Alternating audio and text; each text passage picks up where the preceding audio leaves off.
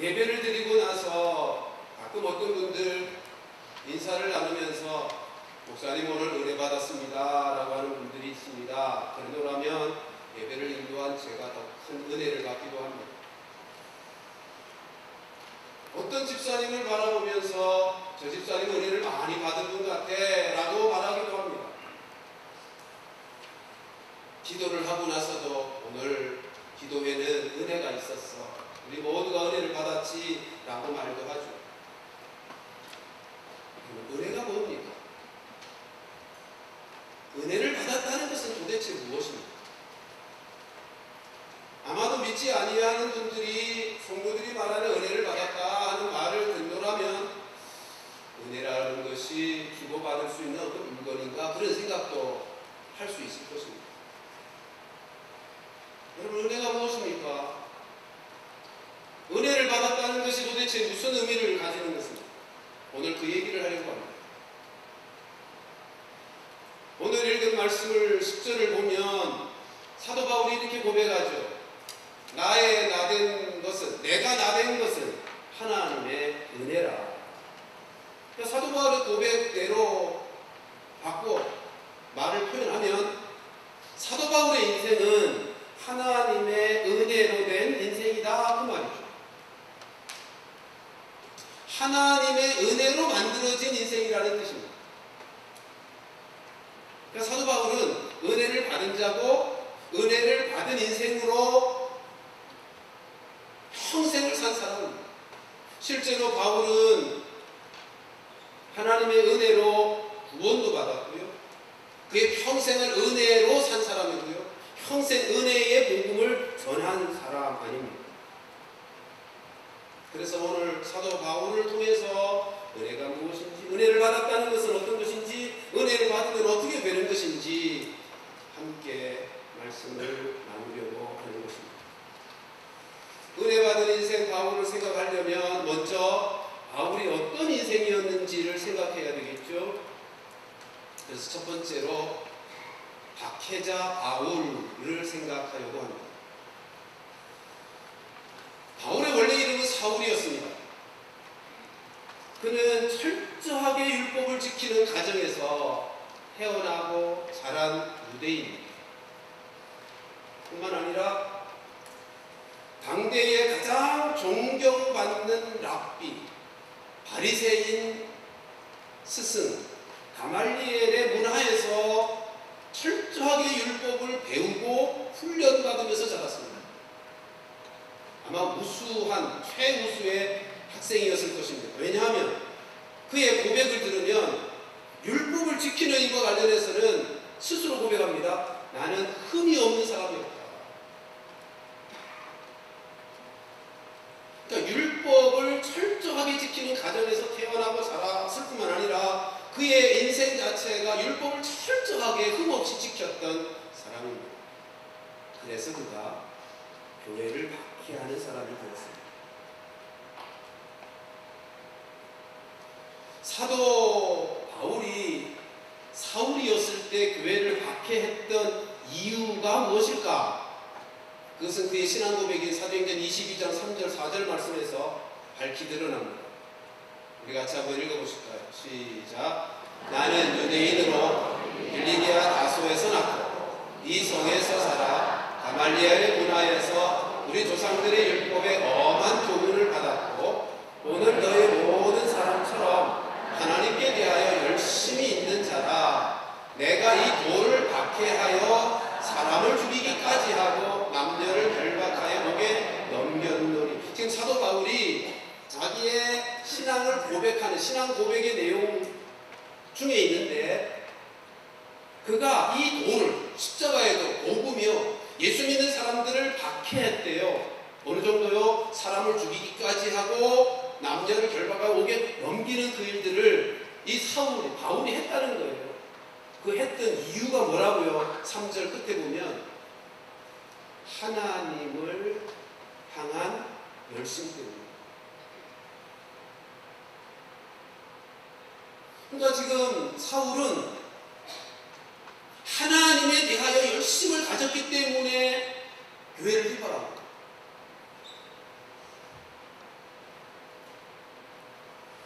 하나님을 섬기는 일에 그 안에 열심이 있었어요.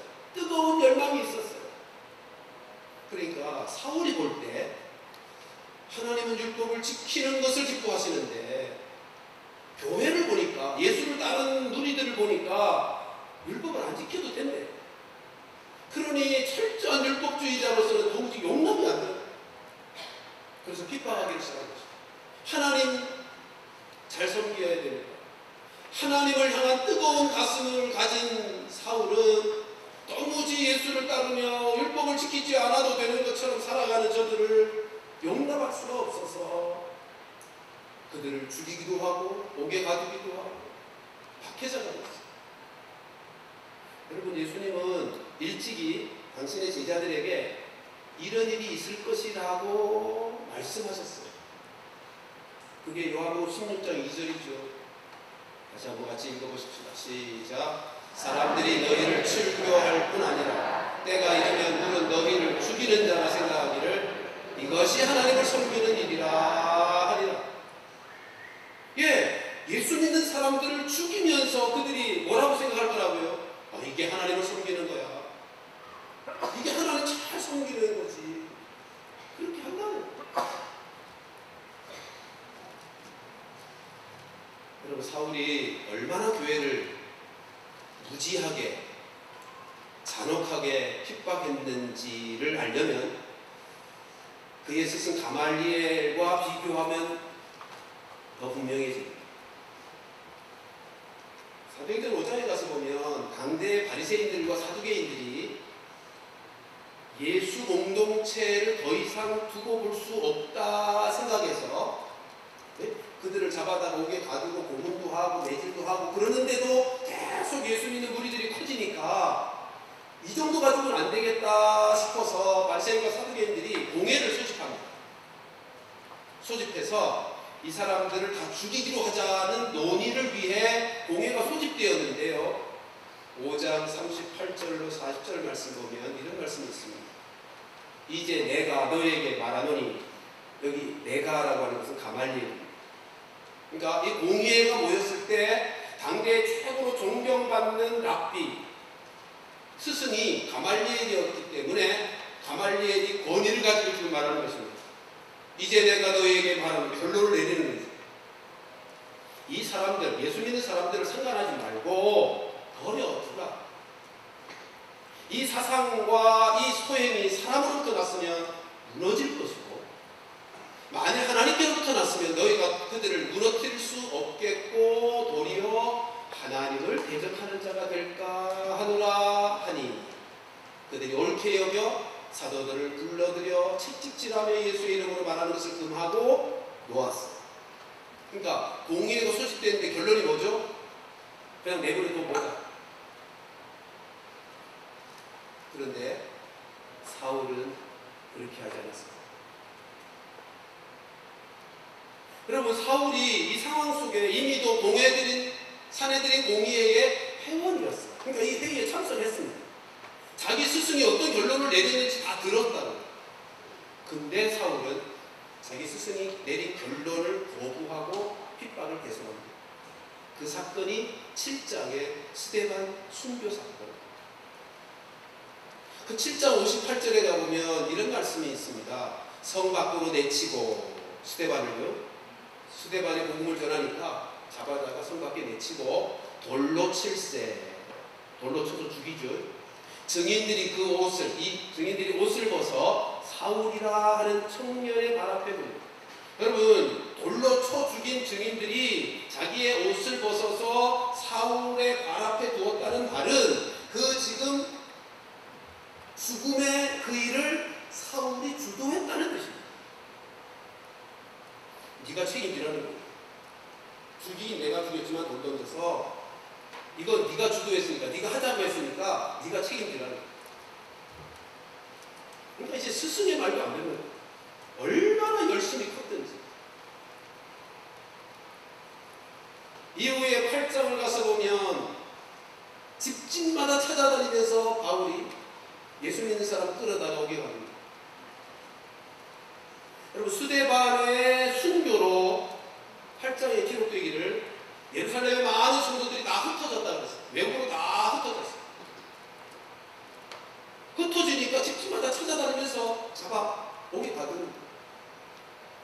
이 정도 하면 끝을 낼 만도 한데 사울이 얼마나 핍박에 열심을 내었는지 9장 1절 2절 보면 이런 말씀이 있습니다. 사울이 주의 제자들에 대하여 여전히 다 애국으로 도망가는데 여전히 위협과 살기가 등등하여 대제사장에게 가서 2절 다메섹 여러 회당에 가져갈 공문을 정하니 이는 만일 그 도를 따르는 사람을 만나면 다메섹에서 해외에서도 남녀를 막론하고 결박하여 예루살렘으로 잡아오려고. 그러니까 지금 다 도망가 있는 해외로 다 피해 있는 그들까지도 쫓아가서 지금 잡아 예루살렘으로 끌고 오겠다고. 이 얼마나 사울이 교회를 무지막지하게 핍박했는지를 보여주는 모습들입니다. 여러분, 사도 바울은 원래는 핍박자였어요.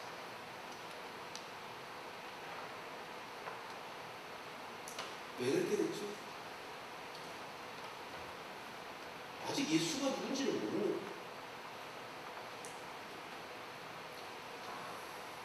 핍박자 사도 바울.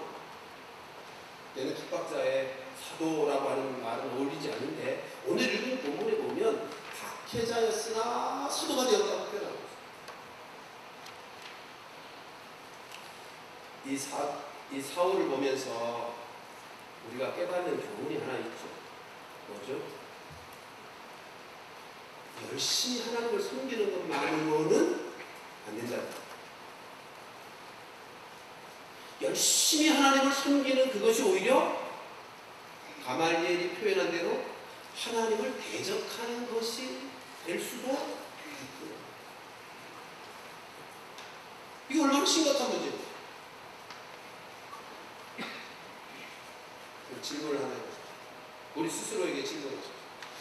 나는 사울처럼 교회를 핍박하고 있는가? 그런 일은 없겠지? 예, 아마 성도 중에 예수 못 믿도록 핍박하는 그런 성격의 핍박은 오늘날 없겠죠. 뭐 안 믿는 안티크리스찬 그룹에서는 그럴 수 있겠지만 뭐 이 자리에 앉아있는 성도들이 내 옆에 있는 형제가 예수 못 믿게 핍박하는 사람이 누가 있겠습니까? 근데 교회를 핍박하는 경우가 오늘도 있을 수 있습니다. 그래서 그 형제를 비난하고 정죄하는 그것입니다.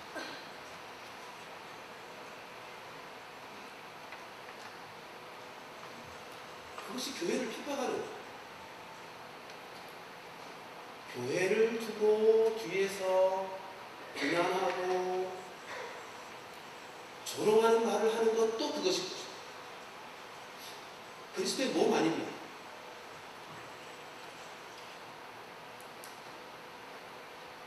어떤 일이 있어도 교회를 그리고 교회의 성도들을 비난하거나 정죄하는 그런 일을 행하면 아니고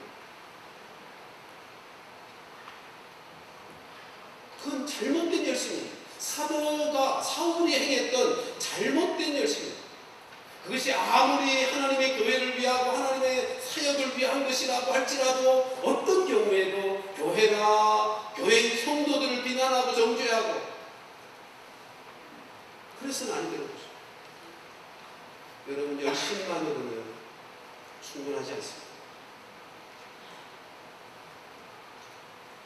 바울이 사울이었을 때 하나님을 향한 열심이 대단했어요. 두 번째로 사도된 바울을 함께 살펴보십시오. 사울이 어떻게 사도가 됩니까? 예수님을 만났기 때문에. 아니, 더 정확하게 말하면 예수님이 만나주셨기 때문입니다. 우리 9장 1절 2절에서 본 것처럼 이 사울이 다메섹에 가서 믿는 형제들을 끌고 오려고 하는 중에 다메섹 거의 가까웠을 때 정오였는데 하늘에서 태양빛보다 더 밝은 특별한 빛이 비쳤어요. 얼마나 강렬했던지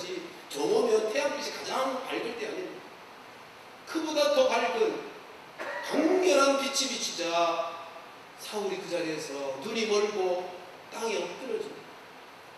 그리고는 묻죠. 하늘에서 음성이 나오죠.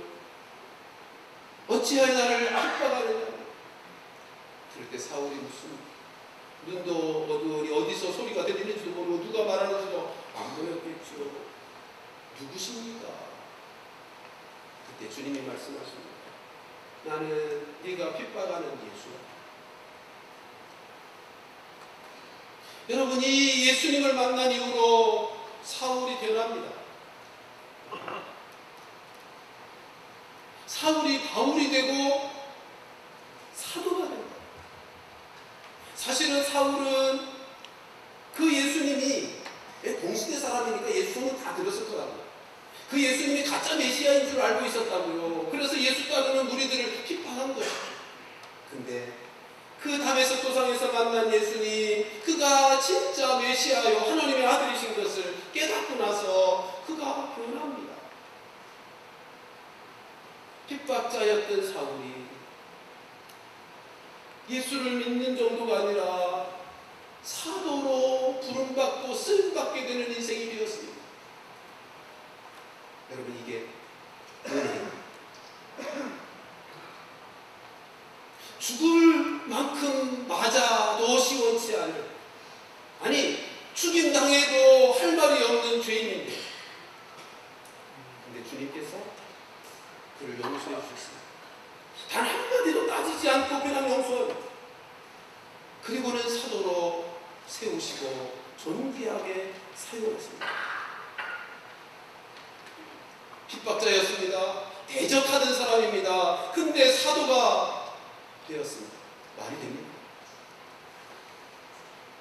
말이 됩니까? 이렇게 말이 안 되는 것을 은혜라 부르는 것입니다. 지난달 5월 달에 어느 초등학교에서 어버이날을 맞이해서 글짓기 공부를 하게 되었습니다. 선생님이 낸 주제는 부모님은 우리를, 자녀된 우리를 어떻게 그렇게 사랑할 수 있을까에 대해 글을 쓰자는 것이었습니다. 5학년 모임인데 한 아이가 나누어진 종이 한 장에다가 한마디를 딱 썼습니다. 뭐라고 썼을 것 같습니다. 그러게나 말입니다.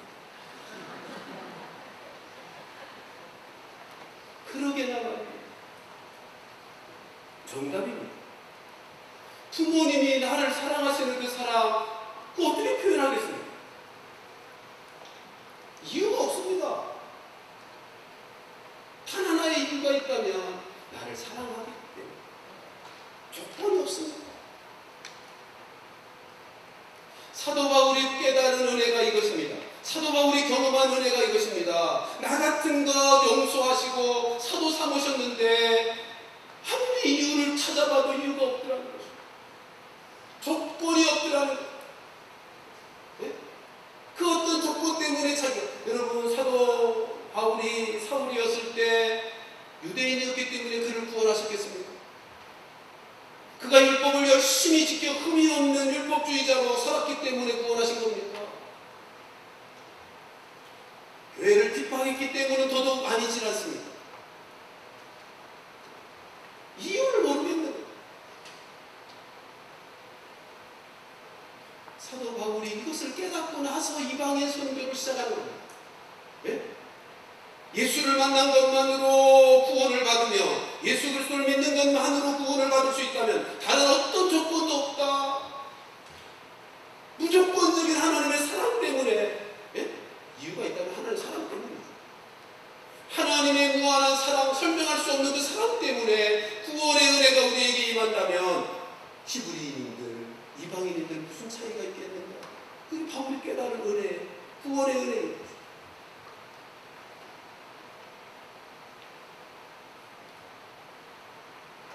사랑하는 성도들이여, 우리도 그 은혜 받은 자들인 줄로 믿습니다.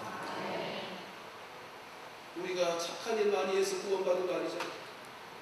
남들보다 잘난 것이 있어서, 아니 더 잘 섬길 수 있을 가능성 보셔서 우리를 구원하신 것도 아니잖아요. 저 교회 밖에 있는 사람들보다 지은 죄가 적지도 않잖아요. 우리 모두가 하나님 앞에 부끄러운 죄인, 더러운 죄인들 아닙니까? 근데 나 같은 거 주께서 조건 없이 무한하신 사랑으로 구원을 베푸셨더라는 거죠. 바울과 같은 그 구원, 은혜의 구원을 우리 모두가 경험한 것 아닙니까? 우리 찬양 하나 보실까요? 이 무한하신 은혜, 우리 305장 나 같은 죄인 살리사. 여러분, 이 찬양은 미국 사람들은 영적인 애국가라 그렇게 부르는 찬양입니다. 이 노래를 만든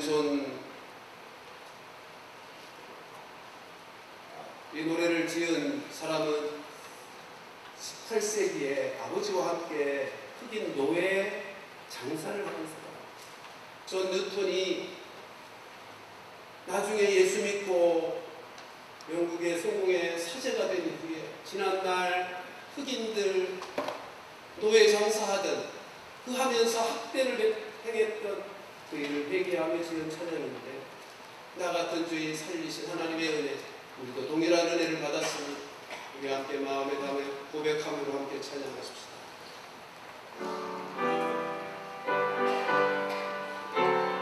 나 같은 죄인 살리신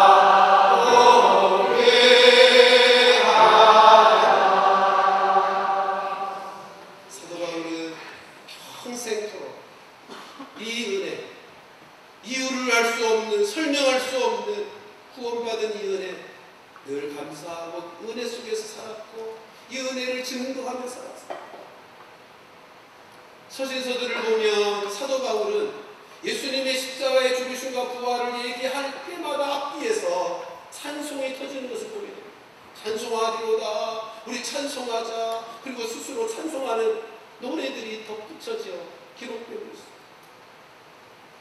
사랑하는 성도들이, 우리 모두도 동일한 이 구속의 은혜, 무조건적인 무한하신 설명할 수 없는, 이해할 수 없는 하나님의 크고 놀라우신 구원의 은혜를 받은 자들로 잊지 말고, 여러분 이 은혜를 어찌 잊겠습니까?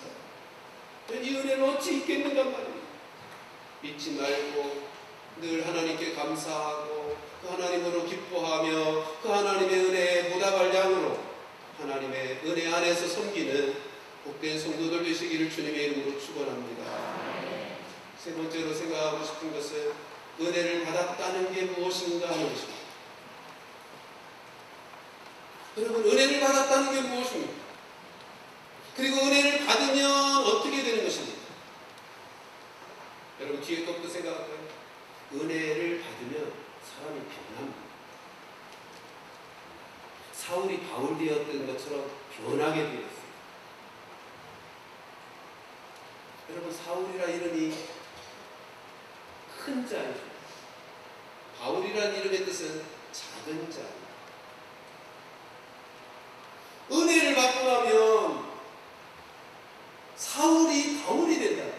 그건 모든 인생에게서 발견되고 확인되는 진리. 사울이란 스스로 자신을 높이는 높은 자입니다. 여러분, 이 사울이 베냐민 지파거든요. 자기 이름을 그 부모님이 지었겠죠. 사울이라고 이름 왜 지었겠습니까? 베냐민 지파의 역사 속에 최고로 유명하고 높이 올라간 사람이 사울 왕이죠. 그 이름을 가지고 있어요. 그러니까 스스로 높아지려고. 지난주일 설교로 말씀드리면 주도적인 인생, 능동적인 인생을 살면서 스스로 높아지려고 했던 사람. 여러분, 은혜를 받으면 이게 변합니다. 작은 자라도 누구 앞에서? 주님 앞에서. 이제는 주님으로 사는 자이기에 주님 앞에서 바울이 되는 거예요.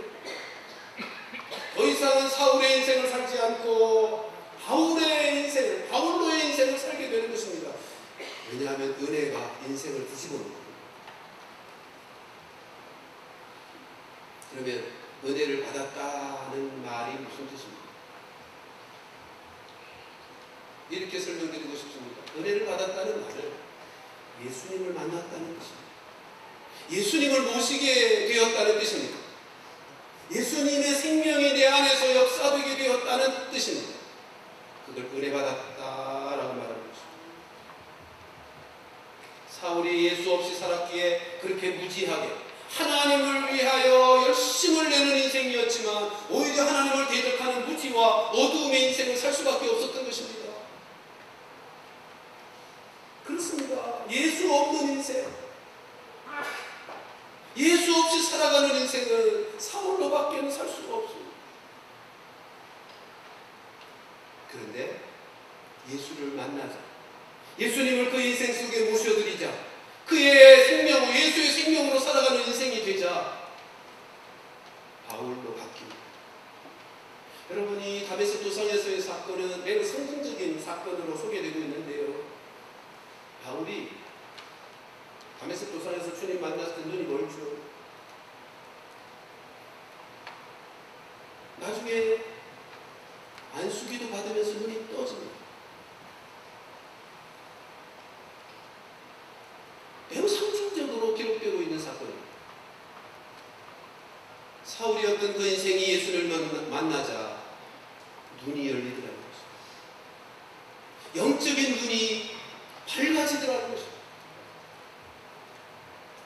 예수 만나기 전에, 예수 없던 시절에는 그의 영안이 어두워서 장님처럼 하나님을 위하여 열심을 낸다는 것이 오히려 하나님 나라를 망치게 하고 하나님을 대적하는 인생으로 살 수밖에 없더라는 것입니다. 눈이 밝아지자 살아가는 삶이 달라지는 것입니다.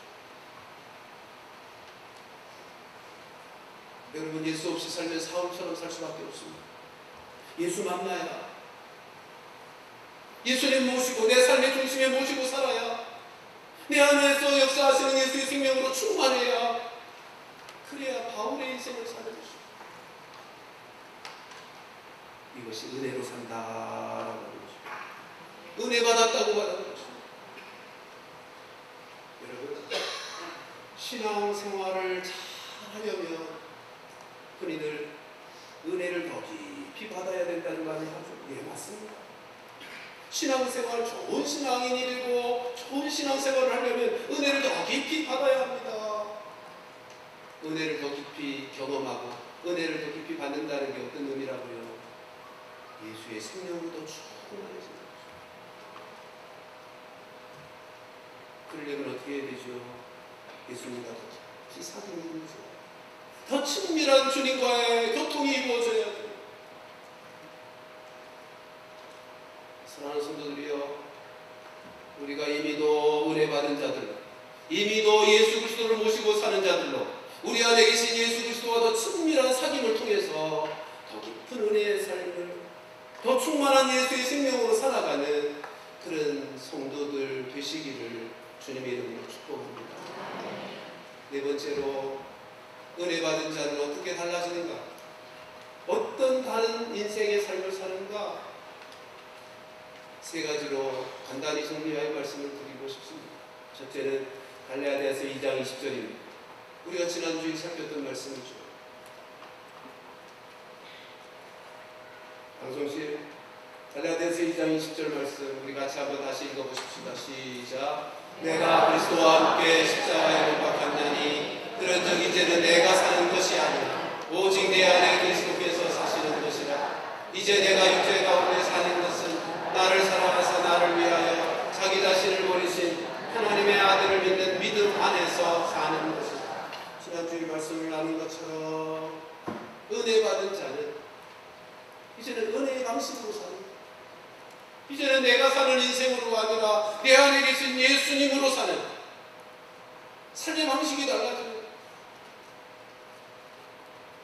아까 사울이 왜 이렇게 무지하고 왜 이렇게 폭행하고 왜 박해하는 인생을 살게 되었다고요? 다른 이유 없어요. 예수 없이 살아요.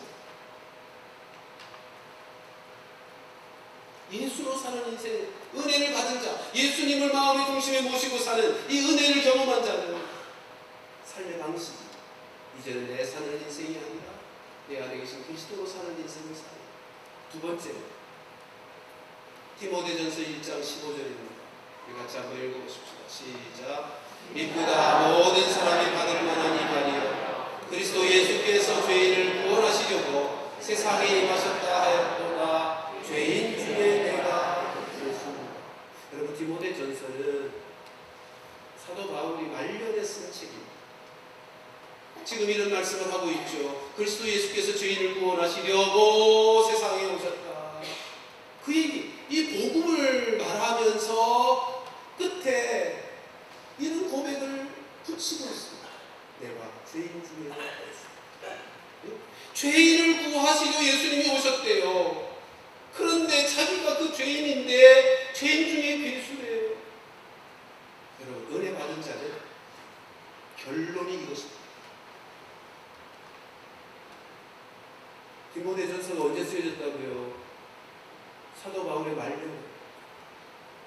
은혜를 받은 바울이 평생 동안 이 은혜를 전하면서 살았고 이 은혜의 방식으로 인생을 살아왔던 자였다고요. 그렇게 은혜의 방식으로 인생을 살아온 결과가 결론이 뭐라고요? 죄인 중에 괴수임을 깨닫는 것입니다.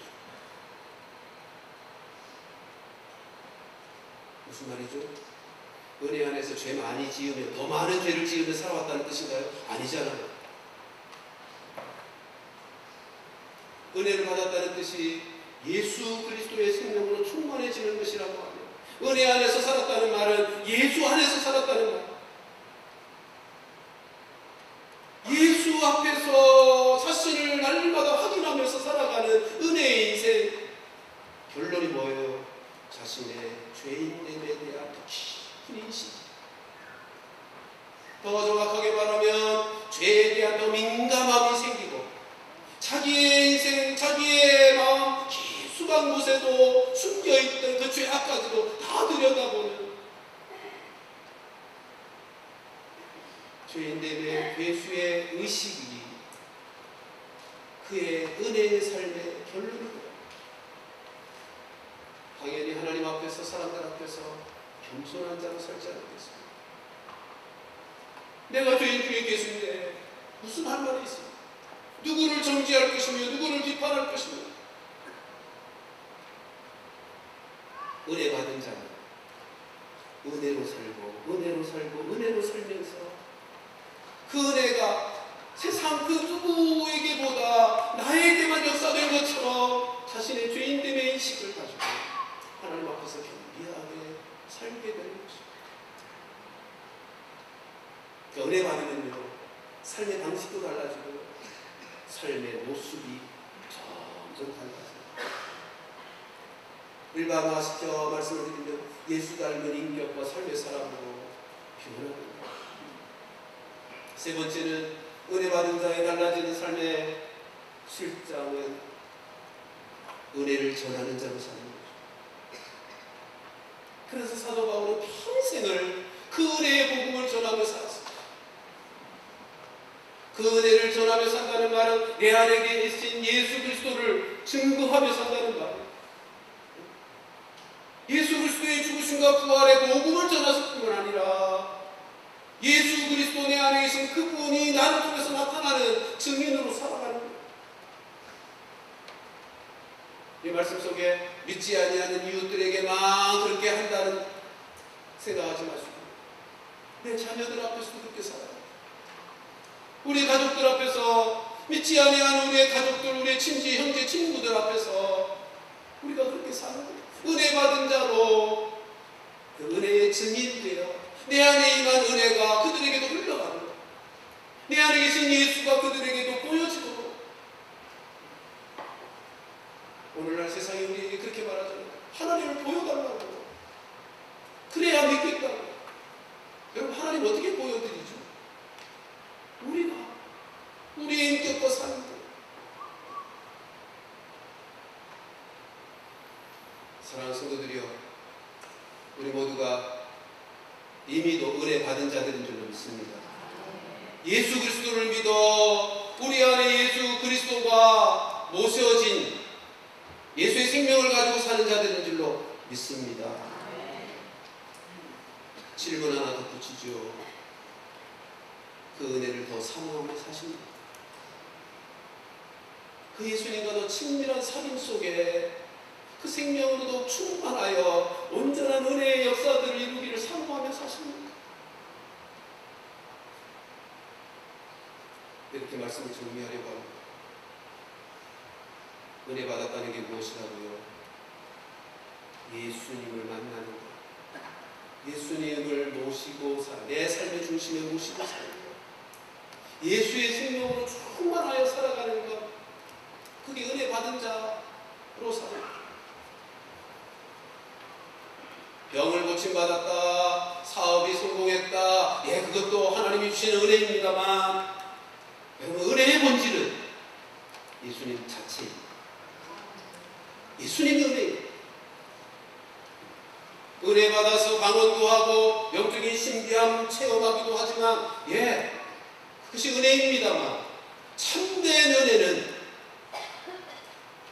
예수의 생명으로 충만해지는 것입니다. 예수 없이 살면 사울로 삽니다.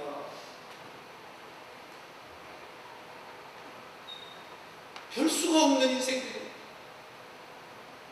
날마다 예수의 생명으로 충만하여 내 사는 인생이 아닌 내 안에 계신 그리스도께서 사시는 그 은혜로에 사는, 예수로 사는 그 삶을 살지 않으면 내가 하는 말이, 내가 하는 행실이 오히려 교회를 해치고 하나님을 대적하는 무섭고 끔찍한 죄를 범하게 되는 것입니다. 오늘 10절에 사도 바울의 고백, 내가 나 된 것은 이라고 할 때 나는 어떤 사람입니까?